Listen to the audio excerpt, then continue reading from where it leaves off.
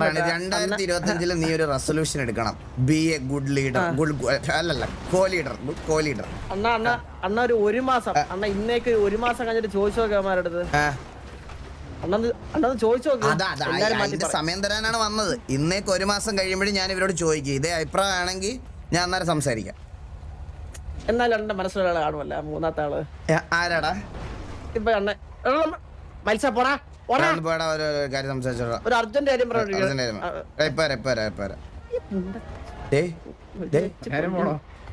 അല്ല, നിന്നെ ഞാൻ ഇവിടെ പ്രത്യേക കസാരായിട്ട് ഇവിടെ വിടരുത്താം റിപ്പയറില്.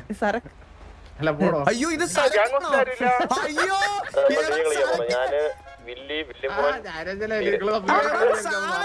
വിചാരിച്ച നിന്റെ മാസ്കും